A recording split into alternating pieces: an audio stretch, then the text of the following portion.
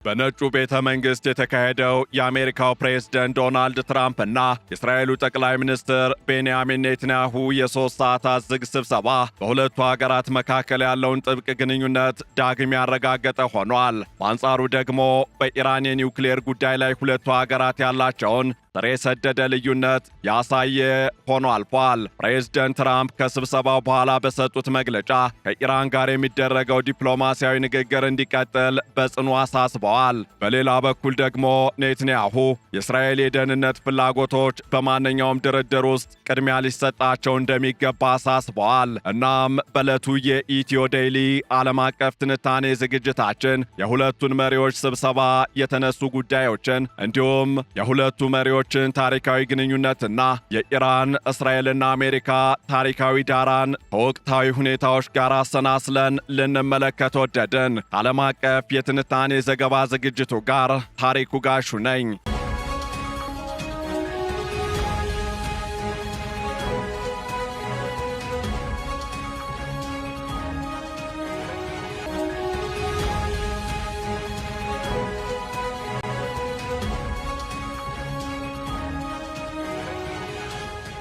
በዋሽንግተን ዲሲ የተካሄደው የዶናልድ ትራምፕና የቤንያሚን ኔታንያሁ የ3 ሰዓታት ውይይት በዝግጅት ላይ ላለው የአሜሪካና ኢራን የዲፕሎማሲ ግንኙነት ወሳኝ ምዕራፍ ሆኖ ተመዝግቧል። ፕሬዝዳንት ትራምፕ ከእስራኤሉ ጠቅላይ ሚኒስትር ጋር ባደረጉት ቆይታ አሜሪካ ከኢራን ጋር የጀመረችውን የኒውክሌር ድርድር እንድትቀጥል በጽኑ መጠየቃቸውን ይፋ አድርገዋል። ይህ ስብሰባ የተካሄደው በመካከለኛው ምስራቅ ያለው ውጥረት በከፍተኛ ሁኔታ በናረበት በተለይም ባለፈው ሰኔ ወር በተካሄደው የ12 ቀናት የሁለቱ ሀገራት ጦርነት እንዲሁም በቅርቡ በኢራን ውስጥ በተነሳው የጸረ መንግስት ተቃውሞ ሳቢያ ቀጠናው ወደ ለየለት ጦርነት ሊገባ ይችላል በሚባልበት ወቅት ላይ ነው። ኔታንያሁ በበኩላቸው የእስራኤል የደህንነት ፍላጎቶች ከምንም በላይ ቅድሚያ ሊሰጣቸው እንደሚገባ ለትራምፕ ማሳሰባቸውን ገልጸዋል። እናም የስብሰባው መካሄድ በራሱ ትልቅ ትርጉም ያለው ሲሆን ሁለቱ መሪዎች ከ3 ሰዓታት ቆይታ በኋላ ለጋዜጠኞች መግለጫ ከመስጠት ተቆጥበዋል። ይህም በሁለቱ መሪዎች መካከል ያለውን የተወሳሰበ ግንኙነትና ጉዳዩ ያለበትን ጥንቃቄ የተሞላበት ደረጃ ያሳያል። ትራምፕ በኢራን ላይ ወታደራዊ እርምጃ ለመውሰድ ሲዝቱ ቢቆዩም አሁን ላይ ግን ለዲፕሎማሲያዊ አማራጭ ቅድሚያ መስጠትን መርጠዋል። ይህ ምርጫቸው እስራኤልን የሚያሳስብ ቢሆንም ትራምፕ ግን ድርድሩ ካልተሳካ ሌላ አማራጭ እንዳላቸው በመጠቆም በእስራኤልና በኢራን መካከል ያለውን ሚዛን ለመጠበቅ እየሞከሩ እንደሆነ ይታያል።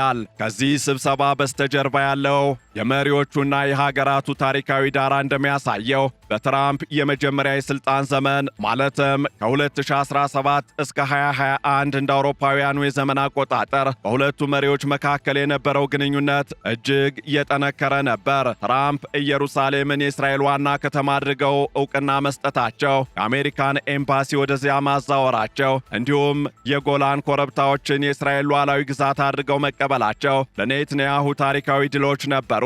ይሁን እንጂ በአውሮፓውያኑ 2020 ምርጫ ኔታንያሁ ለጆ ባይደን የእንኳን ደስ አሎት መልእክት መላካቸው ትራምፕን አስቆጥቶ እንደነበርም ይነሳል። አሁን ግን ሁለቱም መሪዎች ዳግም እንደ አንድ ቡድን በጥምረት ለመስራት መወሰናቸውንና በኢራን የኒውክሌር ተቋማት ላይ በተሰነዘረው ጥቃት በጋራ መቆማቸውን ገልጸዋል። እናም የ3 ሰዓቱ ዝግ ውይይት ዋና ትኩረት የኢራን የኒውክሌር መርሃ ግብርና በኦማን በኩል የተጀመረው ድርድር እንደሆነ ተሰምቷል። ትራምፕ በትሩዝ ሶሻል የማህበራዊ ትስስር ገጻቸው ላይ እንዳሰፈሩት ከኢራን ጋር የሚደረገው ድርድር ስምምነት ላይ መድረስ ይቻል እንደሆነ ለማየት እንዲቀጥል በጽኑ አስቤያለሁ ሲሉ ገልጸዋል። ይህ የትራምፕ አቋም ኔታንያሁ ካላቸው ጠንካራ አቋም ጋር የሚጋጭ ሆኖም ተስተውሏል። እስራኤል ድርድሩ የኢራን የባለስቲክ ሚሳኤል ልማት እንዲሁም ለሽብር ቡድኖች የምታደርገውን ድጋፍ ካላካተተ ውጤታማ አይሆንም የሚል ስጋት አላት።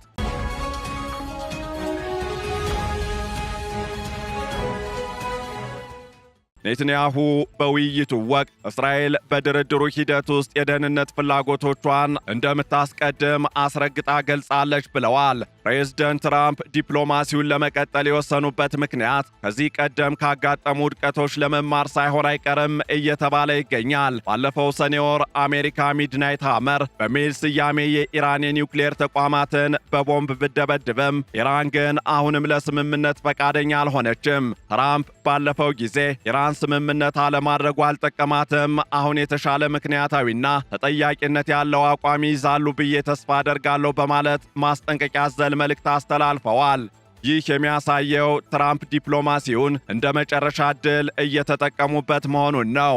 እናም በስብሰባው ላይ የተገኙት የአሜሪካ ባለስልጣናት ማርኮ ሩቢዮ፣ ፒት ሄግሴት እንዲሁም ጃሬድ ኩሽነር የድርድሩን ሂደት ለኔትንያሁ አብራርተዋል። በአንጻሩ ደግሞ የኢራን የበላይ መሪ አማካሪ አሊ ሻምካኒ የኢራን ሚሳኤል አቅም ለድርድር አይቀርብም በማለት ቀይ መስመር አስምረዋል። ይህ በሁለቱ ወገኖች መካከል ያለው የጸና ልዩነት የድርድሩን ውጤታማነት ጥያቄ ውስጥ ይከተዋል። የእስራኤል የመረጃ ምንጮች እንደሚጠቁሙት ከሆነ ስምምነቱ ካልተሳካ አሜሪካና እስራኤል በጋራ ወታደራዊ እርምጃ ለመውሰድ የሚያስችል የጋራ የድርጊት መርሃ ግብር ለማዘጋጀት ተስማምተዋል።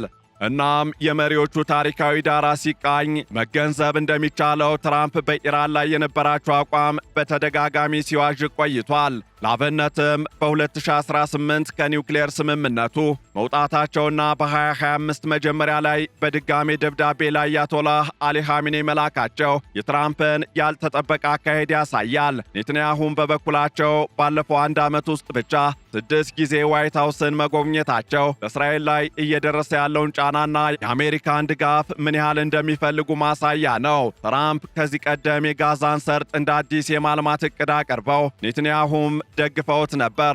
አሁን ግን ትኩረቱ ወደ ኢራን ዞሯል። ኢራን በበኩሏ የኒውክሌር መርሃ ግብሯ ሰላማዊ መሆኑን ለማረጋገጥ ዝግጁ መሆኗን ብትገልጽም የተባበሩት መንግስታት የኒውክሌር ተቆጣጣሪዎች ግን ለወራት ምርመራ እንዳላደረጉ ገልጸዋል። በሌላ በኩል ደግሞ ፕሬዝደንት መሱድ ፔዚሽኪያን ኢራን ለጥቃት አትገዛም ሲሉ፣ በአሜሪካ በኩል ደግሞ ምክትል ፕሬዝደንት ጄዲ ቫንስ ኢራን የኒውክሌር መሳሪያ ሊኖራት አይችልም የሚለውን አቋም ደግመውታል። ቫንስ አክለውም በኢራን የመንግስት ለውጥ እንዲመጣ ፍላጎት ቢኖራቸውም ዋናው ትኩረት ግን የኒውክሌር መሳሪያን መከላከል እንደሆነ ተናግረዋል።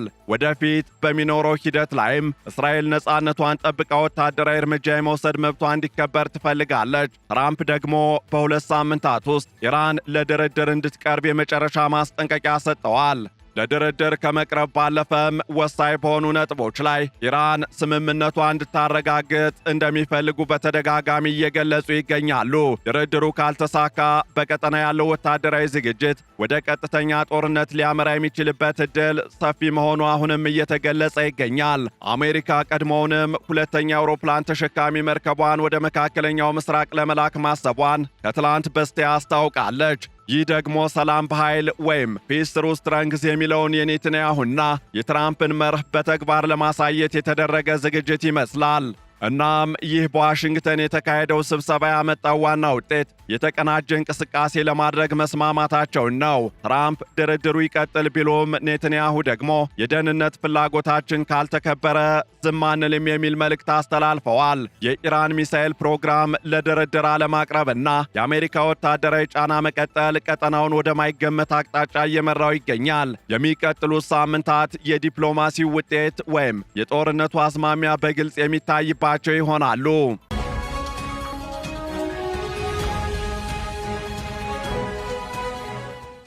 ከዚህ ባሻገርም የአሜሪካና የእስራኤል ግንኙነት ከቅርብ ዓመታት ወዲህ በኢራን ጉዳይ ላይ በእጅጉ የተሳሰረ መሆኑ በከፍተኛ ሁኔታ እየተስተዋለ ይገኛል። ትራምፕ በስልጣን ላይ በነበሩበት የመጀመሪያ ዘመን ማለትም እንደ አውሮፓውያኑ የዘመን አቆጣጠር በግንቦት 2018 አሜሪካን ከኒውክሌር ስምምነቱ በማውጣት በኢራን ላይ ከፍተኛ ማዕቀቦችን ጥለው ነበር። ይህ ውሳኔ በኔትንያሁ ዘንድ ከፍተኛ አድናቆትን አትርፎላቸዋል። ሆኖም ግን ኢራን በማዕቀቡ ሳቢያ ወደ ኋላ ከማፈግፈግ ይልቅ የዩራኒየም ማበልጸግ ስራዋን ወደ 60 በመቶ አሳድጋለች። ይህ ደግሞ ለኒውክሌር መሳሪያ ግንባታ የሚያስፈልገው ደረጃ ላይ ደርሷል የሚል ስጋትን ፈጥሯል።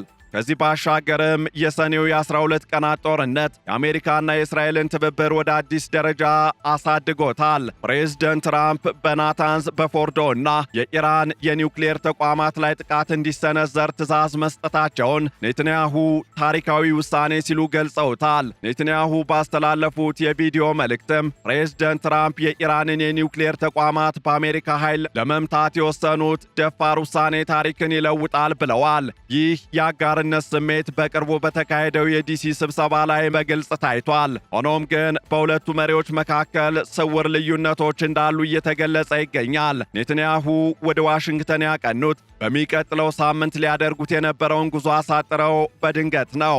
ይህ የሆነው አሜሪካ በኦማን በኩል ከኢራን ጋር ያደረገችው የመጀመሪያ ዙር ድርድር ለእስራኤል አጥጋቢ ሆኖ ስላልተገኘ ነው። ትራምፕ ግን በበኩላቸው ለዲፕሎማሲው ተጨማሪ ዕድል መስጠት እንደሚፈልጉ አስታውቀዋል።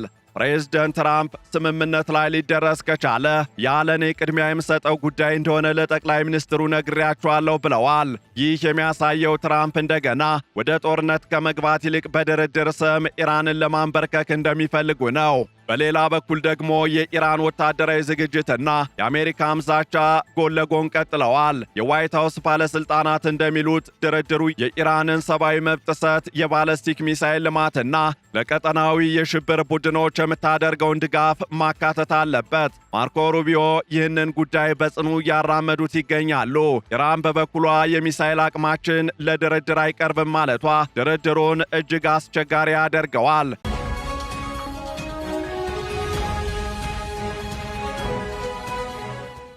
ኔትንያሁ ከስብሰባው በፊት ከሩቢዮና ከጃሬድ ኩሽነር ጋር ተገናኝተው የድርድሩን ዝርዝር ሁኔታ ተወያይተዋል። ኩሽነርና ዊትኮፍ ከኢራን ጋር የተደረገውን የመጀመሪያ ዙር ውይይት ለኔትንያሁ ማብራራታቸውም ተገልጿል።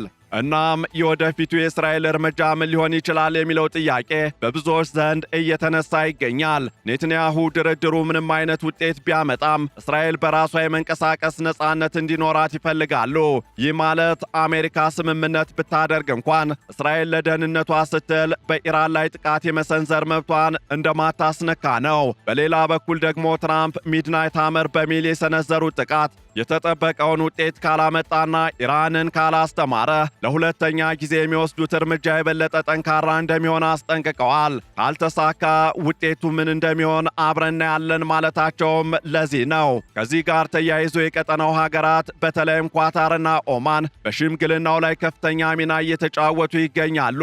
የኳታሩ አሚር ከትራምፕ ጋር በስልክ መወያየታቸውም ለዚሁ ማሳያ ተደርጎ ይነሳል። የኢራን ባለስልጣናትም ወደ ዶሃና ሙስካት ተደጋጋሚ ጉዞ እያደረጉ ነው። ነገር ግን በኢራን ውስጥ ያለው የውስጥ አለመረጋጋትና የመንግስት ግትርነት ለድርድሩ እንቅፋት ሆኗል። ፕሬዝደንት ትራምፕ በኢራን ህዝባዊ አመፅ እንዲቀጣጠል ጥሪ ማቅረባቸውና የመንግስት ተቋማትን ተቆጣጠሩ ማለታቸው በቴህራን ላይ ያላቸውን ከፍተኛ ጫና የሚያሳይ ሆኖም ተወስዷል።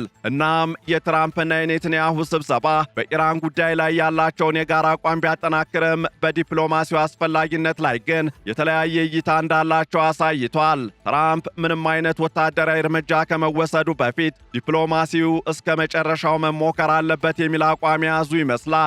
በአንጻሩ ደግሞ ኔትንያሁ ጊዜው እያለቀ ነው በሚል ስጋት ውስጥ ይገኛሉ። ይህ በሁለቱ መሪዎች መካከል ያለው የቡድን ሥራ በቀጣይ ሳምንታት በኢራን የሚወሰደውን እርምጃና የመካከለኛው ምስራቅ ዕጣ ፈንታን ይወስናል። ከዚህ ባሻገርም በአሜሪካና በእስራኤል መካከል ያለው ታሪካዊ ግንኙነት አሁን ላይ ከፍተኛ ፈተናና ድል ከፊቱ ተደቅኗል።